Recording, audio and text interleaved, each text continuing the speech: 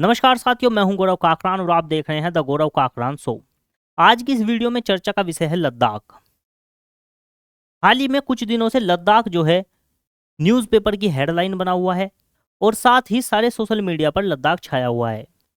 चाहे वो यूट्यूब हो, फेसबुक हो, ट्विटर हो, इंस्टाग्राम हो, हर जगह लद्दाख की चर्चा हो रही है। और हो सकता है आप में से बहुत सारे लोगों ने लद्दाख की काफ़ी वीडियोस देखी हों, जिसमें सोनम वांगचुक का प्रोटेस्ट देखा हो और वो शांतिपूर्ण प्रोटेस्ट जो है कैसे हिंसा में बदला, कैसे वहाँ पर सरकारी बिल्डिंगों को आग लगा दिया गया और कैसे सोनम वांगचुक को भारत सरकार की जेल में डाल दिया गया। ये सारी चीज़ें आपने देखी होंगी, लेकिन आपको क्या ये जानकारी है कि ये आखिर पूरा मुद्दा बना क्यों? ये पूरा का पूरा मुद्दा दो वजह से बना है। सबसे पहला, सिक्स शेड्यूल की मांग, यानी कि लद्दाख के लोगों का मानना है कि उनको सिक्स शेड्यूल में शामिल किया जाए, संविधान की छठी अनुसूची में। अब आप में से बहुत सारे लोग ये नहीं जानते होंगे कि संविधान की छठी अनुसूची क्या है, क्योंकि शॉर्ट वीडियोस आपने काफ़ी देखी होंगी, लेकिन पूरी जानकारी आपने नहीं ली होगी कि ये छठी अनुसूची है क्या, जिसमें शामिल होने पर लद्दाख को क्या क्या फ़ायदे हो सकते हैं और क्यों भारत सरकार कहने के बावजूद भी इसको सिक्स शेड्यूल में शामिल नहीं कर पा रही है। और दूसरी जो मांग है वो है राज्य सरकार का दर्जा प्राप्त करना, और क्यों भारत सरकार उनको राज्य का दर्जा नहीं दे पा रही है। ये दोनों के दोनों मुद्दे ऐसे होंगे जिसके बारे में बहुत सारे लोग नहीं जानते होंगे। तो आज इस 15 से 20 मिनट की वीडियो में मैं आपको लद्दाख के इतिहास से लेकर इस प्रोटेस्ट की, और साथ में बात करेंगे सोनम वांगचुक की, जिनसे प्रभावित होकर थ्री इडियट मूवी भी बनी है। वही थ्री इडियट मूवी जिसमें आमिर खान ने वुनसुक बांगडू का रोल प्ले किया था, वो वुनसुक बांगडू का रोल जो था वो इन्हीं के जीवन से प्रभावित होकर बनाया गया था। तो इनकी कहानी के ऊपर चर्चा करेंगे। लद्दाख में इन्होंने क्या क्या एक्सपेरिमेंट किए हुए हैं, उनके ऊपर आज हम चर्चा करेंगे। और साथ में आपको बताएंगे कि ये छठी अनुसूची क्या है और क्यों भारत सरकार लद्दाख को छठी अनुसूची में शामिल नहीं कर पा रही है और क्यों राज्य सरकार का दर्जा नहीं दे पा रही है। तो इस वीडियो को अंत तक जरूर देखिएगा। चलिए शुरुआत करते हैं इस वीडियो की। जैसा कि आप सब देख पा रहे होंगे कि हिंदुस्तान टाइम्स हो, द इंडियन एक्सप्रेस हो, द टाइम्स ऑफ इंडिया हो, या फिर डेक्कन हेरल्ड हो, बीबीसी हो, या फिर मिंट हो, इन सब न्यूज़ में इनका चर्चा हुआ है। आगे अगर हम बात करते हैं तो लद्दाख के सोनम वांगचुक, इनका चेहरा आप देख सकते हैं, ये लगातार लद्दाख में प्रोटेस्ट कर रहे थे, शांतिपूर्ण प्रोटेस्ट कर रहे थे छठी अनुसूची की मांग को लेकर। क्यों कर रहे थे छठी अनुसूची की मांग? क्योंकि ये चाहते थे कि लद्दाख के जो अधिकार हैं, उनके लोगों के जो अधिकार हैं वो सेफ रहें, लद्दाख का जो पर्यावरण है वो बिल्कुल सेफ रहे, ताकि उसकी वजह से हिमालय पर कोई फर्क ना पड़े। ये पर्यावरण कार्यकर्ता हैं, तो इसलिए पर्यावरण की देखभाल करने की वजह से भी इन्होंने इस प्रोटेस्ट को किया। और साथ में लद्दाख की ज़मीन कहीं बाहर वाले लोगों को सरकार ना दे दे, तो उसके लिए भी इनकी डिमांड चल रही है। ये सारा का सारा मुद्दा इसलिए गरमाया हुआ है क्योंकि ये चाहते हैं कि लद्दाख के लोगों को विशेष अधिकार दिए जाएं, उसकी भूमि का संरक्षण हो और उसके पर्यावरण को बचाया जा सके। इन सब चीज़ों को लेकर इनका 34 दिन का शांतिपूर्ण धरना तय हुआ था। लेकिन उसी धरने के बीच कुछ उपद्रवी ऐसे घुसे, शांतिपूर्ण धरना जो है वो हिंसा में तब्दील हो गया। और बहुत रोकने के बावजूद भी जब वो नहीं रुका और लोग इस हद तक पहुंच गए कि उन्होंने बीजेपी के कार्यालय को जला दिया, सरकारी बिल्डिंगों को आग लगा दी, बहुत सारी गाड़ियां फूंक दी गई। और इस लेवल पर जब ये धरना चला गया तो इन्होंने अपना जो प्रोटेस्ट था उसको ख़त्म कर दिया बीच में ही। और उसके बावजूद भी इतनी देर हो चुकी थी कि मेन चेहरा होने की वजह से भारत सरकार ने सबसे पहले इन्हीं को गिरफ्तार किया और राजस्थान की एक जेल में डाल दिया। इनकी इमेज जो है मैंने कुछ सोशल मीडिया से ली है, जैसे इंस्टाग्राम हो गया, हिंदुस्तान टाइम्स हो गया, या फिर विकिपीडिया हो गया। इन सब चीज़ों से मैंने आपके लिए इमेज लगाई है।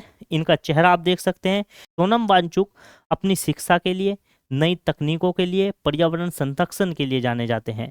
इन्होंने लद्दाख में एक ऐसा स्कूल खोल रखा है जहां पर ऐसे बच्चे जो पढ़ाई में कमज़ोर होते हैं वो खुद से चीज़ों का प्रैक्टिकल करके सीखते हैं। लद्दाख जो कि प्रकृति की गोद में बसा हुआ, बर्फ की पहाड़ियों के बीच बसा हुआ एक ऐसा भारत का हिस्सा है जो पृथ्वी का स्वर्ग कहा जाए तो कम होगा। ये अपनी खूबसूरती और सुंदरता के लिए इतना जाना जाता है कि यहाँ पर लाखों टूरिस्ट हर साल घूमने के लिए जाते हैं। और लोग जब इस एनवायरनमेंट में जाते हैं तो उनको स्वर्ग का एहसास होता है। और यही स्वर्ग जब आग में झुलस रहा हो तो सोचिए कैसा महसूस होगा।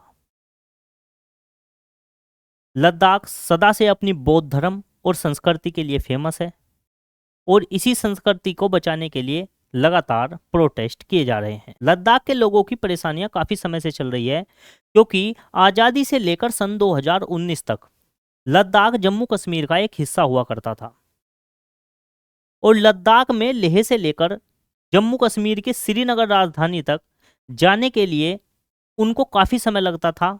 दूरी ज्यादा होने की वजह से उनको अपनी आवाज श्रीनगर तक पहुंचाने में काफी परेशानियों का सामना करना पड़ता था, जिसके लिए लगातार लद्दाख अपनी मांगे भी उठाता रहा है। और भारत सरकार ने इसी चीज को ध्यान में रखते हुए 5 अगस्त 2019 को जम्मू कश्मीर से धारा 370 और 35A को हटाया और जम्मू कश्मीर को जो विशेष दर्जा प्राप्त था वो उसका हटा दिया गया और साथ में जम्मू कश्मीर और लेह लद्दाख को यूनियन टेरिटरी बना दिया गया।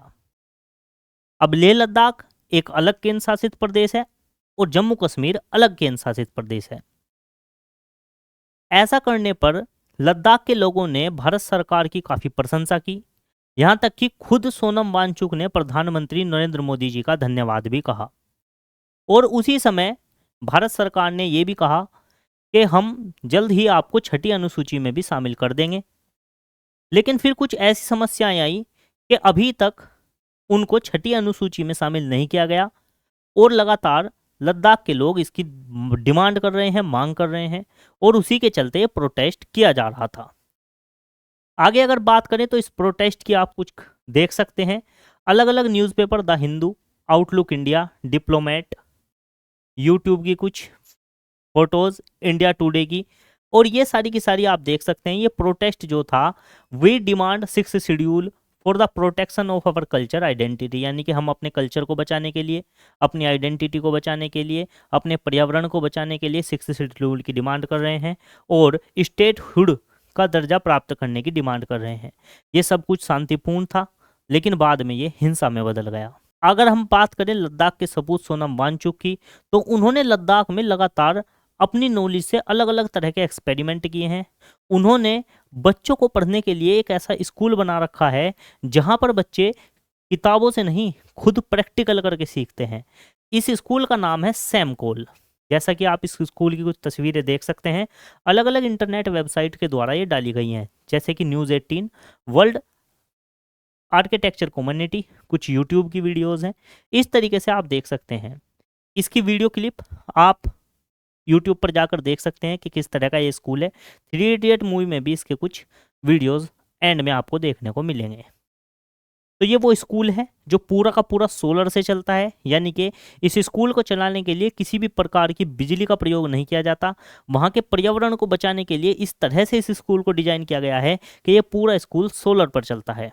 साथ ही ये सोनम वांगचुक जो आपको दिखाई दे रहे होंगे, इन्होंने लद्दाख में लगातार अपने एक्सपेरिमेंट किए और वहाँ पर हाल ही में एक आइस स्तूपा बनाया, यानी कि एक बर्फ़ का पहाड़ बनाया आर्टिफिशियल, जिस पर सर्दियों में बर्फ़ जमती है और गर्मियों में वो धीरे धीरे पिघलकर लद्दाख के लोगों के लिए पीने के लिए पानी मुहैया कराती है। अपनी इन परिश्रमों के लिए और पर्यावरण के लिए इनको काफ़ी इनाम भी मिलते रहे हैं। तो सोनम वांगचुक एक काफ़ी फेमस और एक प्रसिद्ध व्यक्ति हैं। ऐसे व्यक्ति का जेल में जाना कहीं ना कहीं एक दुख का विषय तो है। और ये भी सुनने में आ रहा है कि सोनम वांगचुक पर देशद्रोह जैसे आरोप भी लगाए जा रहे हैं। हालांकि देशद्रोह का आरोप लगना एक बहुत ही संगीन आरोप माना जाता है। अब देखते हैं भारत सरकार इस पर किस तरीके से विचार करती है और आगे इस पर क्या एक्शन लेती है। आपके इस पर क्या विचार हैं, आप मुझे कमेंट में बताएं। और अब हम लद्दाख के फैक्ट्स की बात कर लेते हैं। लद्दाख भारत का सबसे ऊंचा केंद्र शासित प्रदेश है, जिसके 2 जिले हैं, लेह और कारगिल। अगर इसकी राजधानी की बात करें तो लेह है, और बात करें जनसंख्या की तो लगभग 3 लाख लोग यहाँ पर निवासी हैं। यहाँ की प्रमुख नदियों की बात करें तो इंदुस नदी और सायोक नदी यहाँ की प्रसिद्ध नदियाँ हैं। और सबसे प्रसिद्ध जो झील है यहाँ की वो है पांगोक तसो। कौन सी नदी है? पांगोक तसो। अब लद्दाख की थोड़ी सी स्थिति के बारे में भी जान लेते हैं। लद्दाख में लगभग 90% आबादी जो है वो जनजातीय है, यानी कि ट्राइबल है, शेड्यूल्ड ट्राइब लोग रहते हैं। 2019 में जब इसे जम्मू कश्मीर से अलग करके यूनियन टेरिटरी बनाया गया, तब लोगों को लगा कि अब उन्हें 6th शेड्यूल का दर्जा मिल जाएगा, लेकिन अभी तक भी केंद्र सरकार के द्वारा 6th शेड्यूल का दर्जा इनको नहीं दिया गया। लद्दाख को 6th शेड्यूल का दर्जा और राज्य का दर्जा क्यों नहीं मिला, इसके ऊपर बात करेंगे। 6th शेड्यूल क्या होता है? छठी अनुसूची की बात करें तो भारतीय संविधान का वो प्रावधान जो जनजातीय क्षेत्रों को विशेष अधिकार प्रदान करता है ताकि वे अपनी संस्कृति को, अपनी जमीन को, प्रशासनिक नियंत्रण को बनाए रखें। अभी तक भारत में सिर्फ 4 राज्यों में लागू है, असम, मेघालय, त्रिपुरा, मिजोरम। ये भारत के चारों को चारों राज्य भारत के उत्तरी पूर्वी राज्य हैं। इन राज्यों में ऑटोनोमियस डिस्ट्रिक्ट काउंसिल यानी कि एडीसी होती है, जो अपने क्षेत्र में भूमि, संसाधन, शिक्षा और कानून पर नियंत्रण ले सकती है। भारत सरकार क्यों नहीं दे रही है 6th शेड्यूल का दर्जा?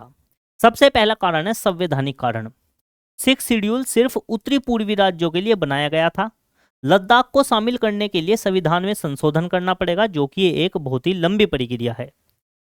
दूसरा, रणनीतिक कारण यानी कि स्ट्रेटेजिक इंपोर्टेंस। लद्दाख भारत की सीमा पर स्थित है, चीन और पाकिस्तान के साथ सटी हुई है, यानी कि लद्दाख के एक तरफ तो चीन है और दूसरी तरफ लद्दाख के कौन है? पाकिस्तान। और भारत और पाकिस्तान का जो बॉर्डर है वो भी लद्दाख के साथ साझा होता है और वही बॉर्डर चीन के साथ भी साझा होता है। ऐसे में लद्दाख हमारे लिए बहुत ही संवेदनशील भी है और भारत सरकार यहाँ पर डायरेक्ट अपना कंट्रोल रखना चाहती है ताकि कोई भी प्रशासनिक नियंत्रण राष्ट्रीय सुरक्षा को प्रभावित ना कर सके। अब ऐसा एक बॉर्डर का एरिया जहां पर एक तरफ तो चीन और दूसरी तरफ पाकिस्तान जैसे देश हों, उनसे बचाव करने के लिए सरकार किसी भी राज्य के हाथ में ये जिम्मेदारी नहीं सौंपना चाहती। वो चाहती है कि डायरेक्ट केंद्र सरकार इसको कंट्रोल कर सके ताकि अगर कोई भी गतिविधि किसी भी देश के द्वारा की जाती है तो उस पर तुरंत एक्शन लिया जा सके और उनकी सैन्य एक्टिविटी जो है वो वहां पर स्मूथ हो जाए, आसान हो जाए। तीसरी चीज है जनसंख्या और प्रशासनिक ढांचा। देखिए लद्दाख की जनसंख्या बहुत कम है, लगभग 3 लाख है, तो केंद्र का मानना है कि इतनी कम आबादी को यूनियन टेरिटरी ही ज्यादा उपयुक्त है, उसके लिए केंद्र शासित मॉडल ही ज्यादा उपयुक्त रहेगा। दूसरा, राष्ट्रीय विकास की योजनाएं। सरकार कहती है कि केंद्र शासित प्रदेश रहने से विकास योजनाओं पर सीधा नियंत्रण होगा, बेहतर इंफ्रास्ट्रक्चर होगा और सैन्य गतिविधियों का समन्वय करना भी हमारा आसान रहेगा। इसीलिए सरकार इसको अपने अधीन ही रखना चाहती है और यही कारण है कि उसको 6th शेड्यूल में शामिल नहीं कर रही है। दूसरी अगर हम बात करें राज्य का दर्जा क्यों नहीं जा रहा, राज्य का दर्जा देने का मतलब है कि उनकी विधानसभा अपनी हो जाएगी और उनका मुख्यमंत्री होगा। सरकार चाहती है कि लद्दाख का प्रशासन सीधे केंद्र के हाथ में रहे, जो अभी मैंने आपको बताया, क्योंकि वो चाहती हैं कि सैन्य दृष्टि से ये बहुत ही संवेदनशील क्षेत्र है, क्योंकि चीन और पाकिस्तान का बॉर्डर भारत के साथ वहां पर लगता है। जम्मू कश्मीर को भी अभी तक पूर्ण राज्य का दर्जा वापस नहीं किया गया, तो ऐसे में लद्दाख को राज्य बनाना कहीं ना कहीं असंगत माना जाएगा। यह भी एक कारण है कि वे इसको एक राज्य का दर्जा नहीं देना चाहते। तीसरा क्या कारण है? केंद्र का यह भी कहना है कि लद्दाख की जो स्थानीय परिषद हैं, जैसे कि लेह ऑटोनोमियस हिल डेवलपमेंट काउंसिल और कारगिल काउंसिल, पहले से ही मौजूद हैं जो स्थानीय शासन को चलाती हैं। उनका कहना है कि जब 2 काउंसिल पहले से ही मौजूद हैं तो फिर 6th शेड्यूल के तहत अलग से काउंसिल बनाने की जरूरत क्या है। अब ये काउंसिल जो हैं ये वहां का शासन, स्थानीय शासन पहले से चला रही हैं, तो आपकी जो संरक्षण है आपको वो इनके तहत मिल जा रहा है। और दूसरा, सरकार चाहती है कि हम डायरेक्ट, केंद्र सरकार जो है डायरेक्ट लद्दाख को कंट्रोल कर सके यहाँ से, क्योंकि बॉर्डर लगता है, तो इस वजह से उनके लिए भी ये चीज़ें आसान हो जाएंगी। तो ये सारा का सारा मुद्दा जो है इसलिए गरमाया हुआ है। अब बात सरकार की भी ठीक है और बात वहाँ के लोगों की भी ठीक है। अब लद्दाख के लोगों की मांग जायज क्यों है?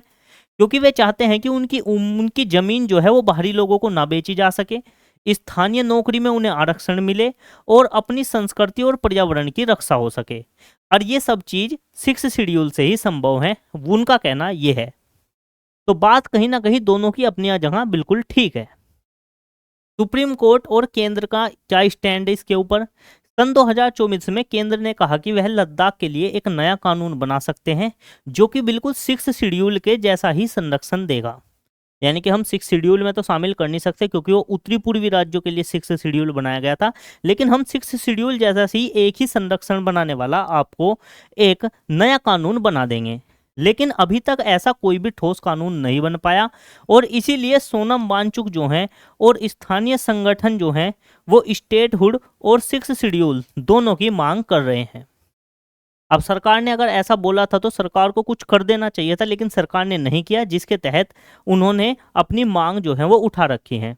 तो सोनम वांगचुक के आंदोलन का जो मूल है वो क्या है, वो कह रहे हैं कि हमें विकास चाहिए, विकास तो हमें चाहिए, लेकिन अपनी जमीन, संस्कृति और हकों की कीमत पर नहीं चाहिए। कि हम नहीं चाहते कि जो विकास हो वो हमारे हकों को मार कर हो, हमारी जमीनों को हत्या कर हो, या फिर हमारी संस्कृति को नुकसान पहुंचा कर हो। इस तरह का उनका मानना है। तो उम्मीद है ये लद्दाख की प्राकृतिक वादियां आपको अच्छी लगी होंगी और लद्दाख का पूरा मुद्दा आपको समझ में आया होगा। आप हमें कमेंट में बताएं आपकी राय इस पर क्या है। क्या लद्दाख को 6 शेड्यूल का दर्जा मिलना चाहिए, उसके लिए अलग से राज्य बना देना चाहिए? तो आप हमें इसमें कमेंट में अपने विचार हमारे साथ साझा कर सकते हैं। तो दोस्तों, दी गई जानकारी आपको पसंद आई होगी क्योंकि डिटेल में हमने बात की कि पूरा का पूरा मसला क्या था। और अगर जानकारी अच्छी लगी है, वीडियो पसंद आई है, तो वीडियो को लाइक करें, दोस्तों के साथ शेयर करें, और अगर चैनल पर नए हैं तो चैनल को सब्सक्राइब करके बेल आइकन जरूर दबा लें, क्योंकि जैसे ही हमारी नई वीडियो डलेगी उसका नोटिफिकेशन आपके पास पहुंच जाएगा। तो दोस्तों, मिलते हैं अगली वीडियो में, तब तक के लिए सभी को नमस्कार। जय हिंद, जय भारत।